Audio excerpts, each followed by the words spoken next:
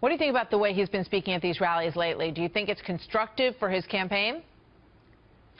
Well, let me be very honest, Martha. I'm not objective, and I don't even play an objective person on television. I'm very biased here. Duly noted. You know, but I think that he's onto something in the fact that the media is in a absolute frenzy to do everything they can to destroy the man. I mean, they sat on this stuff for years, and they waited until just before the election to try to release it, and then they play it nonstop. And voices far more objective than mine, media critics and others, have recognized journalism in this country is dead as we used to know it. There is no such thing. It's all advocacy. Now, what I wish Donald Trump would do, let surrogates fight the press. He needs to fight the battle for Americans on jobs and immigration. I don't know. I mean, if he calls me today, that's what I'm going to tell him.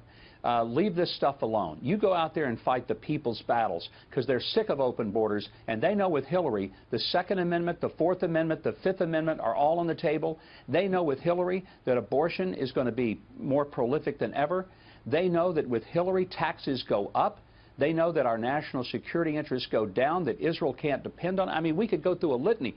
Focus on those things and remind people that this election is not about something Donald Trump said 11 years ago. I think this is about the future of the country. A lot of people listen to what you say, and they're probably cheering you on. But many would say what we're seeing is a candidate who's very undisciplined, who allows himself to go down these sort of rabbit holes that don't get him anywhere, and they wonder if he were in the White House, would they have the same problem? Does that concern you? Well, you know, here's, I think, what's happening. This is the first time he's ever run for anything.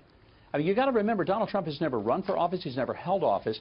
And as somebody, you know, who started doing this, 26, 27 years ago, I was a lot more sensitive about what people were saying about me then than I am now. I don't really give a rip now. But he's had stuff thrown at him for years and years and years. You know, I mean, he's been in the limelight for years. He knows how to talk to the press. I mean, you know, he's hardly a neophyte where that's concerned. No, but it's different when you're talking to the press and they kind of halfway like you and they're kind of with you, as they were when he was just a celebrity. But now that he's the nominee of the Republican Party, they hate his guts. This is not a mild sort of, gee, we don't really like him, as we may have seen with other Republicans. They absolutely loathe Donald Trump, and they can't stand him.